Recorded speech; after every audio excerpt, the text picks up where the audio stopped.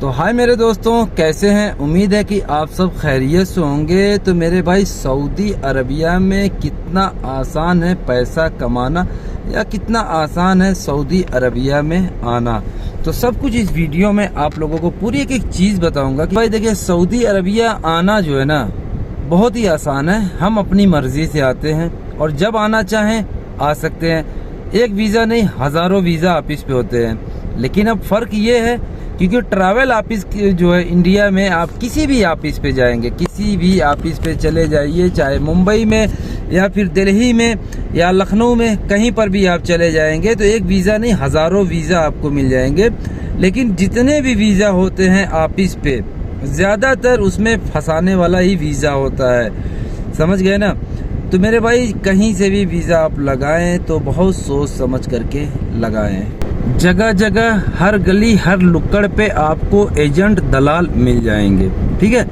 उनको, जो एजेंट दलाल होते हैं, उनको सिर्फ और सिर्फ पैसे से मतलब होता है। आप ज़मीन बेच करके वीज़ा लगवा रहे हैं या किसी से कर्ज लेकर लगवा रहे हैं, एजेंट को, दलालों को इनसे मतलब नहीं होता है। उनको बस पैसा चाहिए।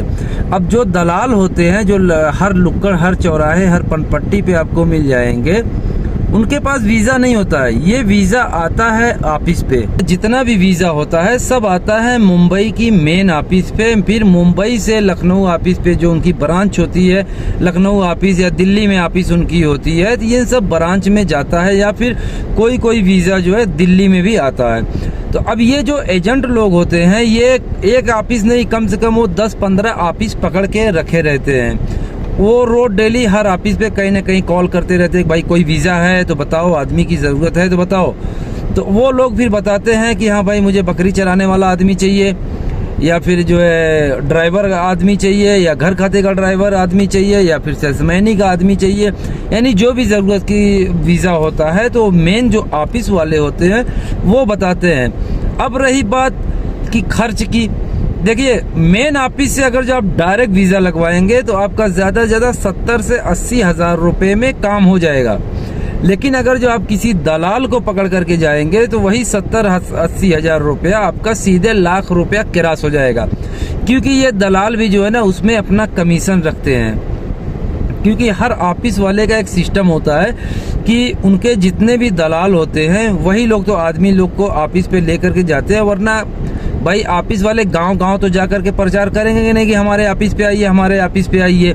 तो वो एजेंट जो होते हैं वही जो है जगह जगह प्रचार करते हैं, वही आदमियों को पकड़ कर ले जाते हैं। तो ऑफिस वाला उनको बोल देता है कि भाई ये 70 हज़ार रुपया या 80 हज़ार रुपया मुझे चाहिए, बाकी इसके ऊपर तू जितने में चाहे उतने में वीज़ा बेच दे, मुझे इससे लेना देना नहीं है। तो अब वो लोग जो है कि अब जैसे मान लीजिए कोई एजेंटी है आपके गाँव का ही है, अगर जो आप उसको बोले यार कोई अच्छा वीज़ा बता, तो वो ये नहीं बोलेगा कि हाँ ठीक आता बताता हूँ। सीधे बोलेगा हाँ वीज़ा है, बहुत अच्छा वीज़ा है, फलानी जगह फलानी कंपनी का वीज़ा है, जाएगा तो बोल इतना रुपया लगेगा।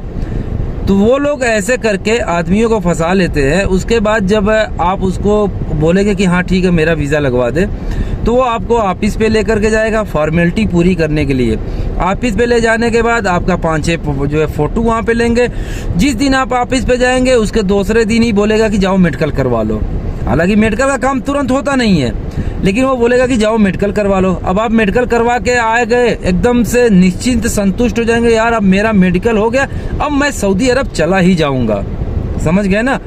तो ये चीज़ मेडिकल कराने के बाद फिर वो बोलेगा कि कल रिपोर्ट आएगी। अब रिपोर्ट में फेल हुए, पास हो गए तो बहुत अच्छी बात है।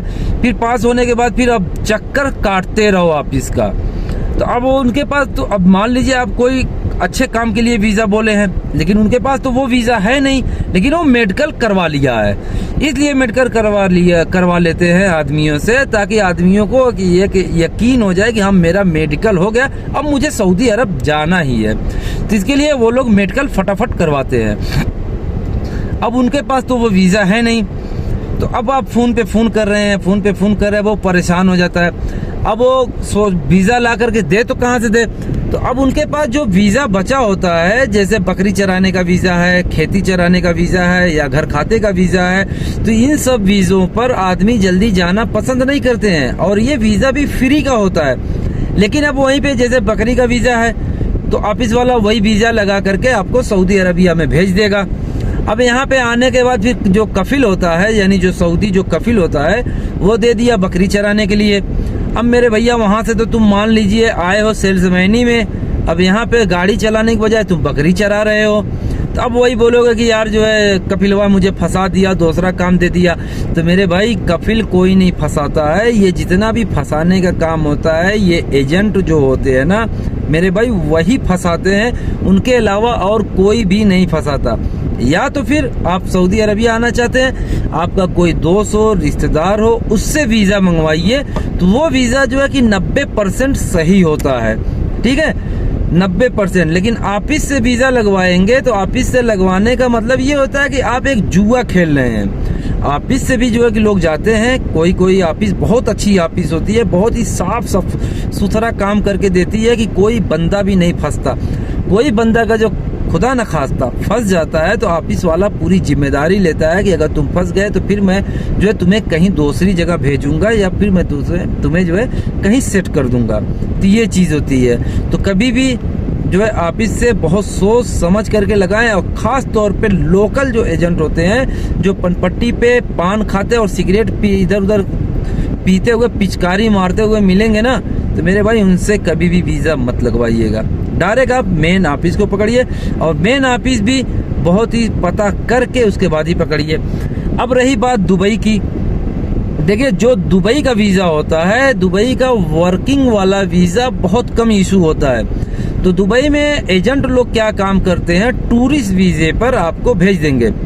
टूरिस्ट वीज़े पर भेजने के बाद, क्योंकि टूरिस्ट वीज़ा देखिए 3 महीने का होता है, ठीक है, 3 महीने का होता है टूरिस्ट वीज़ा, उस पर भेज देंगे। फिर वो जो ऑफिस वाला या जो एजेंट भिजवाते हैं उनके आदमी दुबई में बैठे हुए होते हैं, तो वो ले जा करके कहीं काम पे लगा देगा, समझ गए ना। अब वहाँ पर काम पे लगा देगा तो उनकी भी सेटिंग होती है, जहाँ पर काम पे लगाएगा 10 दिन 15 दिन आप काम करेंगे तो फिर वो हटा देगा वहाँ से कि यार इसको कुछ आता ही नहीं है। फिर वो एजेंट जो है फिर तुम्हें बोलेगा यार तुमको काम आता ही नहीं है, इसके लिए उसने काम पे हटा दिया, फिर दूसरी जगह लगाएगा। ऐसे करते करते 8-10 जगह लगाएगा। उसके बाद तुम्हारा 3 महीना पूरा हो जाएगा। 3 महीने से पहले वो जो है भेज देगा इंडिया कि भाई तुमको काम नहीं आता है। वो अपनी कमी तो नहीं बताएगा, वो तो सीधे लाख 1.5 रुपया ले करके टूरिस्ट वीज़ा पे तुम्हें बुला लिया। अब टूरिस्ट वीज़ा मिलता है कितने का दुबई का, ज़्यादा 350 दिरहम का, यानी इंडियन तकरीबन जो है कुछ नहीं तो 7-8 हज़ार रुपये के लगभग जो है टूरिस्ट वीज़ा आता है। उसके बाद 8-9 हज़ार रुपये का टिकट आता है। 8-9 हज़ार रुपये में तुम पहुंच गए दुबई। 8-9 हज़ार रुपये का टिकट और 7 हज़ार रुपये के, यानी 15 से 16 हज़ार रुपये में तुम पहुंच गए दुबई। अब वो जो एजेंट है तुम्हें अपने जो रूम पे वो रखता है, रूम का वहाँ पे बेड सीट चलती है, एक के ऊपर एक रूम रहता है, ट्रेन का डब्बा समझ लीजिए, ठीक है। तो ट्रेन का डब्बा का जो रूम होता है वो दुबई में उसका किराया 300, 350, 250 रियाल ऐसे ही होता है। अगर जो आप शारजा में जाएंगे तो 250 से 300 में मिल जाएगा। उसके बाद देरा दुबई या बर दुबई में जाएंगे तो 350, 300 आपको मिल जाता है। अजमान में जाएंगे, रसल खेमा में जाएंगे, तो ये सब जगह पर आपको 200 से 250 आपको रूम मिल जाएगा।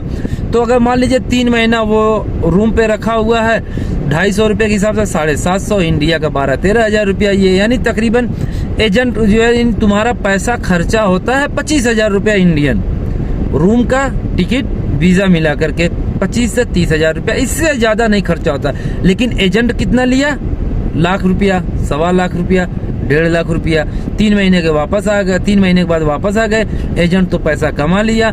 तो मेरे भाई बहुत ही दलाली भड़वागिरी इतनी दबा करके चल रही है, इनको ज़रा सी भी फिक्र नहीं होती है कि आदमी कर्जा लिया है या खेत बेचा है या जेवर बेच करके सऊदी अरबिया या दुबई में जा रहा है।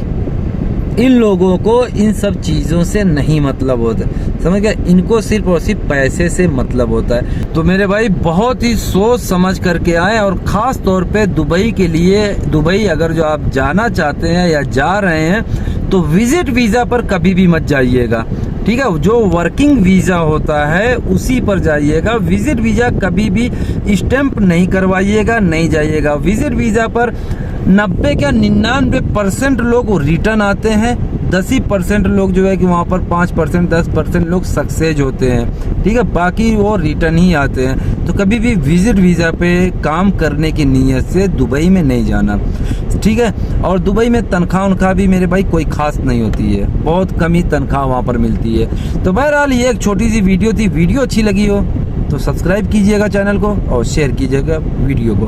तो फिर किसी और वीडियो में मिलेंगे, तब तक के लिए अल्लाह हाफिज़।